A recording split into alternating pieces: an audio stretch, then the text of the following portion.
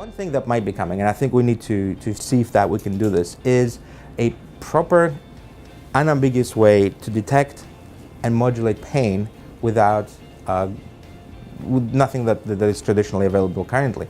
For instance, are EEG brainwaves the ultimate answer to, can I detect pain in somebody who is not capable of telling me their pain? Why am I so interested in pain is because I've seen this field evolve so rapidly lately.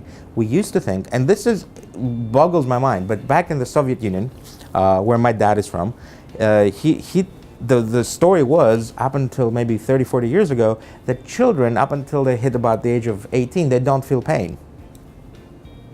Why is that story there? Because painkillers and general anesthetics were expensive, so they would do even surgeries, like tonsillectomies with no pain management for children, by binding them into a seat. I mean, this is torture. This is child abuse, right? Up until recently in this country, we used to think, and this used to be taught, that women and black men don't feel as much pain as the rest of the humans, which ends up being completely wrong. Women, in fact, actually are more sensitive to pain than men, and this whole thing about black men is totally random. It was used to tell doctors also that, oh, don't treat pain. Pain is a symptom, it's not a disease in its own right, and treat it as a character builder. Pain builds character, makes you a better person if you can deal with pain. In fact, we now know that that's all not true. If you're in pain, you're actually dumber, your IQ goes down, you're actually grumpier, you're not as good at learning, and if you start taking opiates or other hardcore painkillers, you might get addicted, your life is very much ruined, and people in chronic pain are not building character, they're just miserable. So, it's the transformation that's happening in our understanding of pain is staggering, and I want us to look into the future. We see things like this. People establish a baseline for their pain, and they come out to be very squeamish, let's say. We call that bad, squeamish. Okay, whatever. So my pain threshold is lower than yours. That's not anything to be ashamed of, or it's just like, that's how I was born. And then those same people in different situations will respond very differently to pain. For instance, well-known cases of soldiers who, are being made fun of for being squeamish. During battle, they will lose a limb, they will lose a leg, and they will still fire their weapon. They don't even know they've lost their leg because they're focused on something else.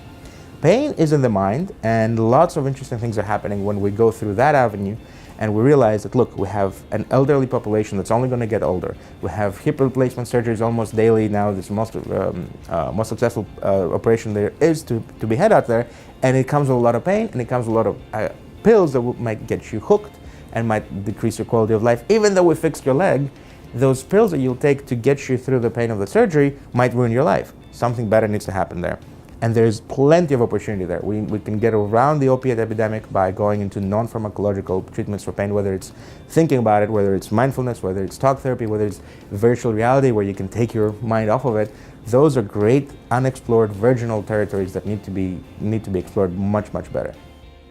Yeah, so that's one of the things that MindBooster actually actively has avoided going into, because, in this country at least, because in this country to pass as a medical device, the FDA process is very rigorous and very, sometimes needlessly so.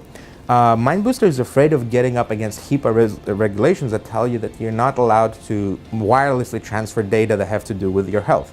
So at this point, they're focusing on consumer-grade applications, not medical devices. In China, where they have much looser regulations about this, when MindBooster told them, look, this device is wireless. That's the advantage. We don't want to put yet another wire on a patient that's already intubated, perhaps, already got a bunch of wires coming out of them.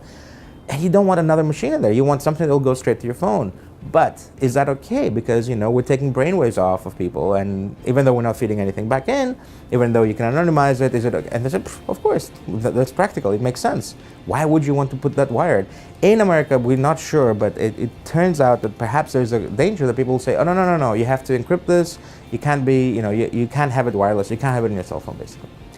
Well, that would be a non-starter for a company in America to try and fight that. The startup company cannot fight and lobby the Congress to change these laws. So that's one of the ways that I see Asia coming actually around our problems, and we'll have to catch up to them, because fighting against these old regulations with new, when the new technology comes up that doesn't fit in these old regulations, and nobody's actually gone ahead of the game to fix these things and come up front and say, hey, this is a new thing, we shouldn't treat it the same way as the old thing. Yeah, we're dead, we can't do anything.